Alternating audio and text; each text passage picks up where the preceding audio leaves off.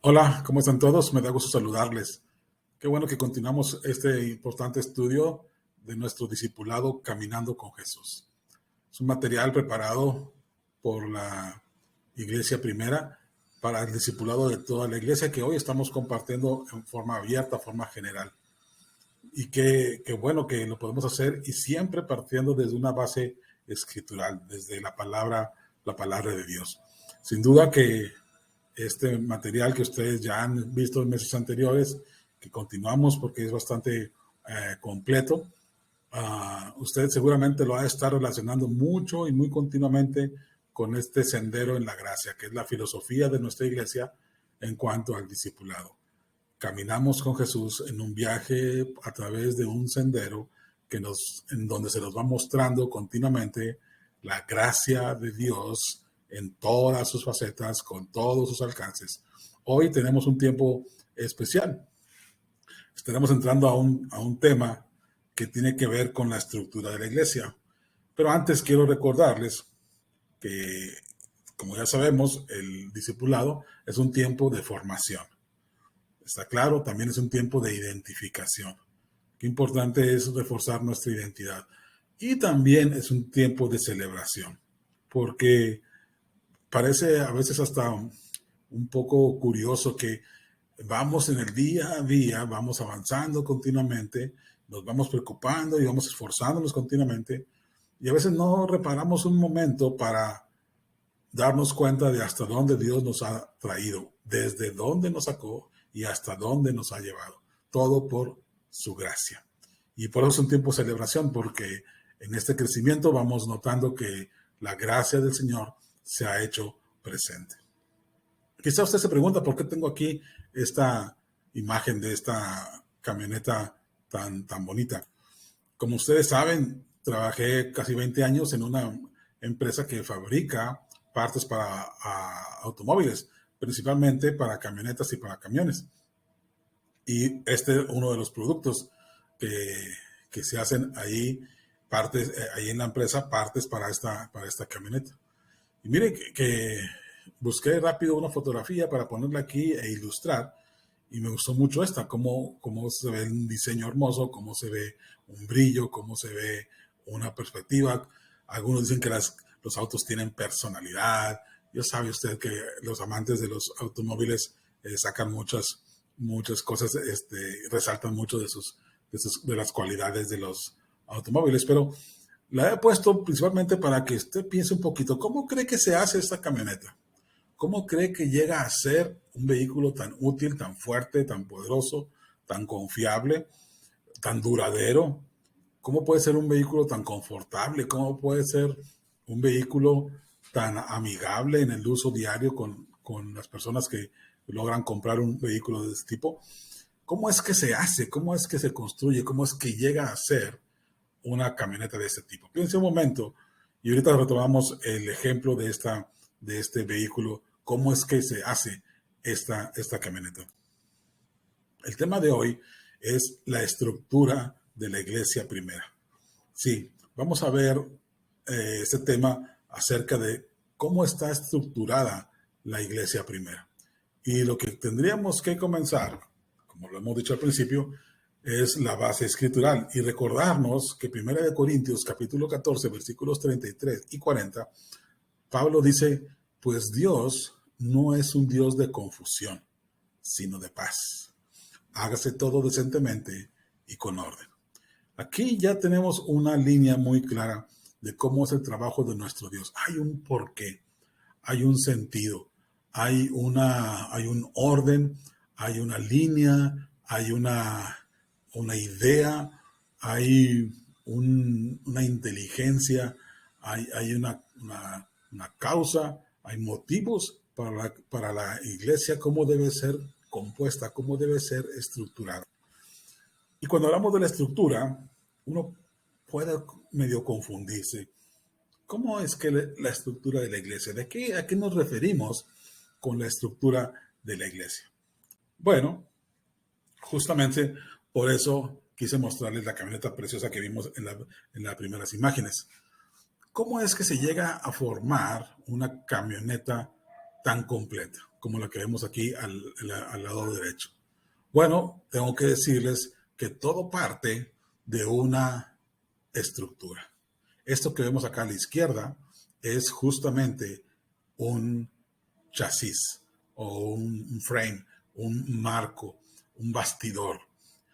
Sobre esto que ustedes ven aquí, que parece como si fuera una escalera, es que es totalmente de acero en todos sus componentes de muchos tipos. Esto es el producto que se hace ahí en la empresa donde yo trabajaba. Y justamente aquí se determina qué camioneta se va a hacer.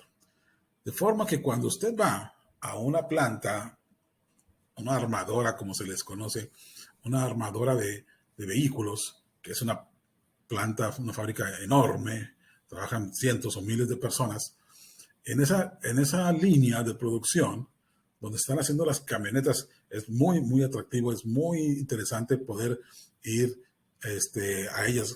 Si algún día usted tiene oportunidad, no se lo pierda, es casi un espectáculo. Y recuerdo que la última planta a la que pude ir en Michigan, Sterling Heights, Michigan, justamente se fabrica esta camioneta, donde mandamos nuestro chasis. El chasis que se hace aquí en Monterrey, en Apodaca, va y llega hasta Michigan. Después de más de 15 días de viaje en tren, llega a la planta. Y en la línea de producción, lo primero que se pone en la línea es justamente el chasis. ¿Por qué? Porque es la estructura. Porque es el lugar donde todas las cosas van a ir acomodadas. Es el lugar donde cada cosa tiene su posición. Después del chasis se van agregando todos los elementos que conforman un vehículo. Se van poniendo cada una de las partes. Así como vemos en la imagen del centro, donde se está viendo cómo se está armando la cabina.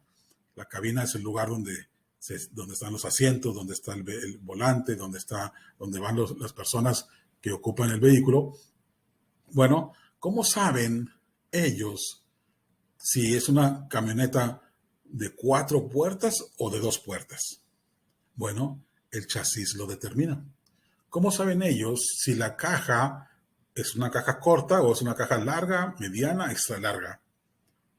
El chasis lo determina. ¿Cómo saben ellos qué tipo de tracción va a tener? Bueno, el chasis lo determina. Todo el vehículo va en función del chasis con el que estamos iniciando. Porque ahí hay un lugar único y exclusivo para cada uno de los elementos, donde va el motor, donde van las balatas, donde van las llantas, donde va el tanque de gasolina, donde van los cables de los frenos, todo está puesto ahí justamente por una razón. Por eso se puede construir con un proceso muy largo y participan muchas personas. Llegan de repente las puertas, de repente llegan las llantas, de otro lugar surgen los parabrisas y todo hasta que al final tenemos un vehículo perfecto, un vehículo fuerte, poderoso y muy útil en la vida de las personas. Justamente podemos decir que la naturaleza de la iglesia determina su estructura. ¿Cómo es la estructura de la iglesia? Bueno, esa estructura está determinada por la naturaleza de la iglesia. Cuando hablamos de iglesia, ¿de qué estamos hablando? Bueno, eclesia es la palabra en griego que se refiere a la asamblea de los que han sido llamados. Eclesia tiene que ver con asamblea, con la reunión, con la convocatoria. Esa iglesia, esa asamblea, está ahí porque hay un fundamento. El fundamento es Cristo directamente. Mateo 16, del 16 al 18, nos dice que respondiendo Simón Pedro le dijo a Jesús, tú eres el Cristo, el Hijo del Dios viviente. Entonces le respondió Jesús, bienaventurado eres Simón, hijo de Jonás, porque no te lo reveló carne ni sangre, sino mi Padre que está en los cielos.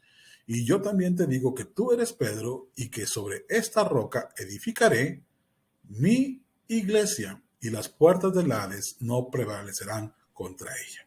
Mire qué importante entender que en la estructura de la iglesia lo principal es Cristo, porque esta es la iglesia de Cristo, de nadie más. Si nosotros no entendemos la función de la estructura, estamos perdidos. Y por eso hay mucha confusión. A veces y por eso hay desviaciones y por eso hay graves errores. Porque se olvida que la iglesia pertenece única y exclusivamente a Cristo. Él es el fundamento de la iglesia. Él es la razón de la iglesia. Él lidera la iglesia. Entonces la estructura de la iglesia va en función a la cabeza. Esto es a Cristo. Tenemos que entender eso para ubicar cómo debe trabajar la iglesia. La iglesia es el cuerpo de personas que han confesado a Jesús como Hijo de Dios y han creído y confiado en Él como su Salvador, uniéndose bajo su dirección para ejecutar sus propósitos en el mundo. La iglesia de Dios está compuesta de todas las personas salvas, cuyos nombres han sido escritos en el cielo. Esta es la definición de la iglesia. Mire qué interesante, porque aquí ni siquiera hemos hablado de nombres ni denominaciones. ¿Se da cuenta? Es Cristo el centro de todo. La razón de ser, la referencia continua es solamente Jesucristo.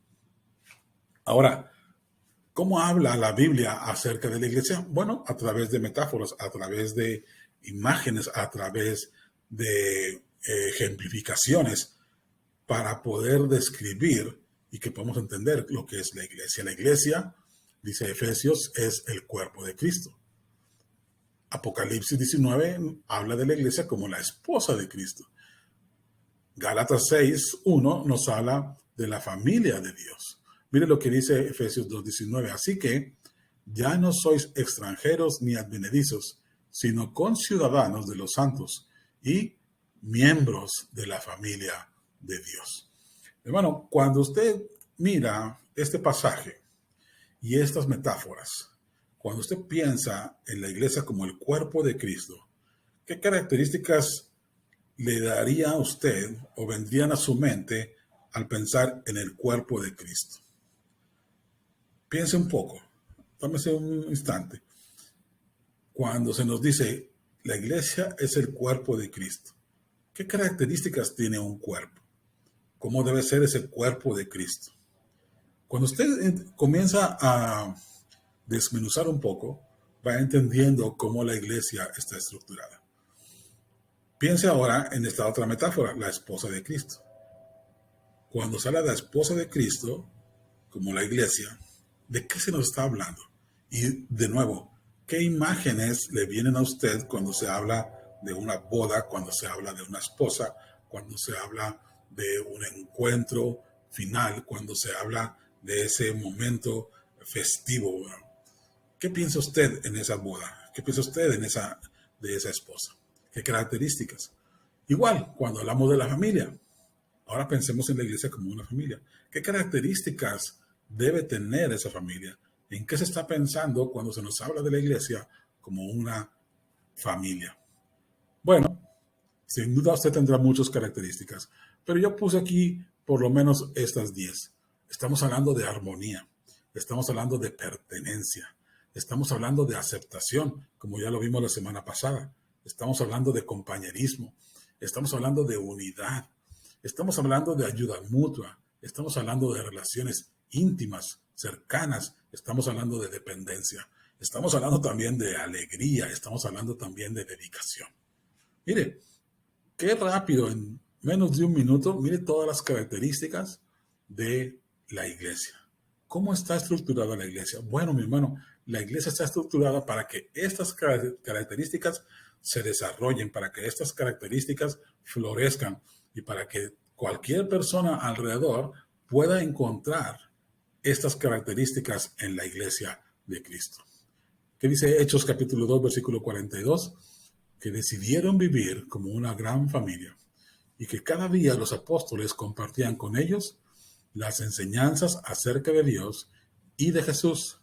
También celebraban la cena del Señor y oraban juntos. Mire qué hermoso cuadro. Cuando entendemos lo que es la iglesia, cómo está estructurada la iglesia, cómo es que funciona la iglesia. Importante que comprendamos que somos un cuerpo. Somos un cuerpo. Porque un cuerpo es un organismo vivo. Y ese organismo vivo se desarrolla en base a sus dones espirituales. Miren, este concepto que parece muy, muy sencillo es realmente muy profundo. Como un cuerpo que somos, estamos con vida. Pero ese cuerpo avanza, ese cuerpo vive, ese cuerpo crece, ese cuerpo va, ese cuerpo existe, ese cuerpo se manifiesta siempre a través de dones espirituales. No tanto de oficios, no tanto de cargos, sino de dones espirituales. Y qué importante que entendamos que los dones espirituales son dados precisamente por el Espíritu Santo. O sea, la iglesia de Jesús, el cuerpo de Cristo, subsiste porque el Espíritu Santo de Dios se manifiesta a través de él. ¿Cómo hace esa manifestación? ¿Cómo es que Dios se manifiesta hoy a el mundo? ¿Cómo es que Dios se manifiesta hoy a la gente?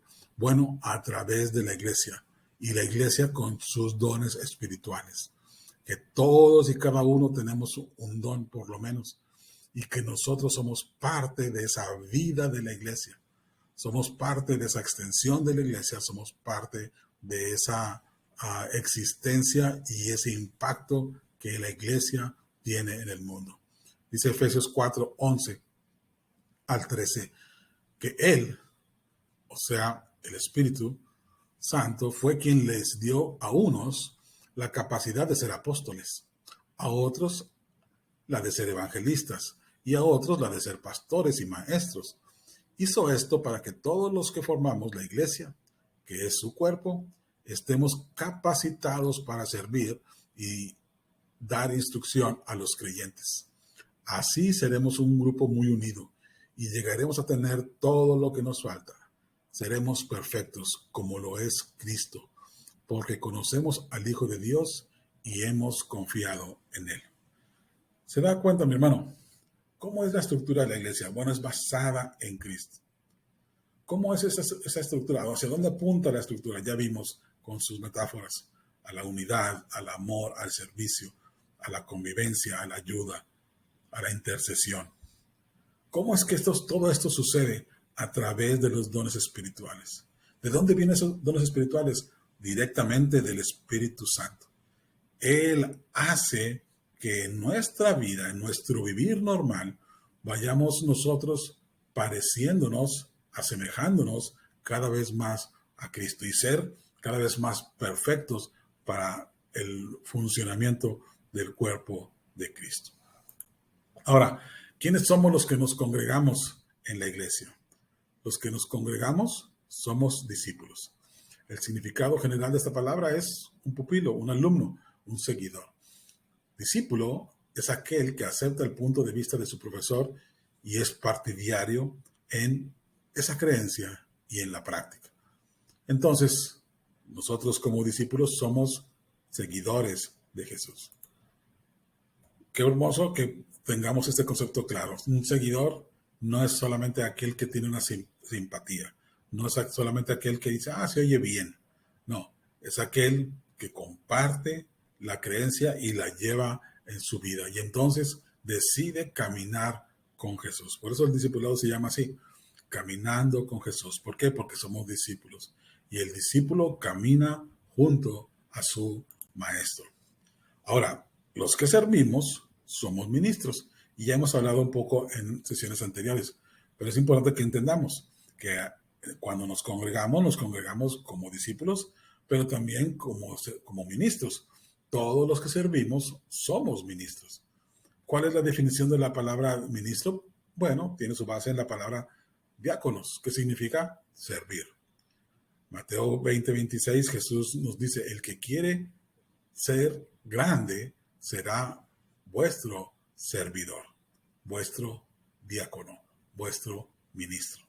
La palabra ministrar puede significar servir, suplir, proveer, ayudar o administrar. ¿Cómo está hasta este punto usted, mi hermano? ¿Se ha ido ubicando en esta estructura de la iglesia? se ha ido ubicando en la unión que tenemos como un solo cuerpo, pero también como un solo espíritu, pero también una sola fe, un solo líder, que este es Cristo. Bueno, también ya nos estamos ubicando en que nosotros somos esos discípulos, que nosotros somos esos ministros, para entender también luego la función de los pastores. Los pastores son administradores de la iglesia, la cuidan, la guían. A veces, mi hermano, se tiende o se acostumbra a hacer una diferencia entre las personas. Nuestras culturas son nuestra cultura, porque no es plural, es en singular, nuestra cultura está muy dada a hacer diferencias. Tendemos siempre a entendernos en base a nuestras diferencias. Bueno, en la iglesia no es así.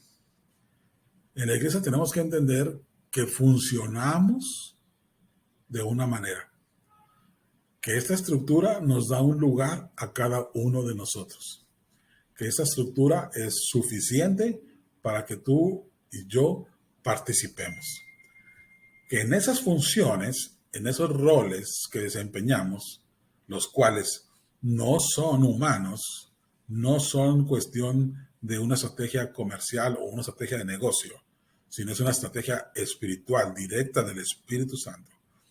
En esos roles, en esas funciones, en esos ministerios, participa activamente el Espíritu Santo. Y ahí es que nosotros tomamos vida realmente. Para poder funcionar en la iglesia, perdón, tenemos que buscar nuestro lugar como ministros. Ser ministro es estar dispuesto a servir. Entonces, un discípulo está dispuesto a seguir. Un ministro está dispuesto a servir.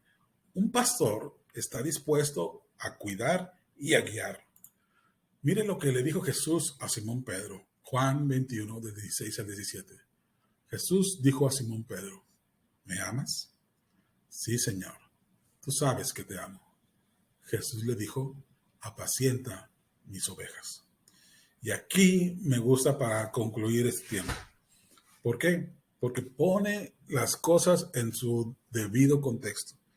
Estamos en esta iglesia que funciona de la manera que hemos visto por amor. No hay otro vínculo más que el amor. Ese es el vínculo perfecto que hace que todo funcione. Jesús le dice a Simón Pedro que si hay en él una pizca, si hay en él una cantidad, si hay en él una muestra de amor, lo que tiene que provocar la existencia de ese amor es un servicio a la iglesia. Y entonces aquí todo hace sentido. Aquí todo, digamos, embona, ahí todo pega. ¿Por qué? Porque toda la iglesia subsiste como un acto de amor, primero de Jesús hacia nosotros, luego de nosotros a Jesús y después de nosotros hacia nuestros prójimos. Y entonces entendemos por qué es que funciona así la iglesia. La estructura de la iglesia es así, mi hermano. Guiada por Jesús, fundamentada en Jesús, guiada, avivada por el Espíritu Santo, pero siempre vinculada en un profundo amor. Bien, hermano, quiero agradecer por el tiempo que nos ha permitido estar aquí. Seguimos con el discipulado. Esta es la sesión para este domingo. Obviamente, usted tiene oportunidad de preguntar y ampliar el tema con los maestros. Y la próxima semana seguiremos hablando de esta estructura. Ahora, la estructura organizacional de la iglesia, ¿cómo es que funciona? No se despegue, continúe al pendiente y participe en este hermoso tiempo de discipulado. Dios les bendiga.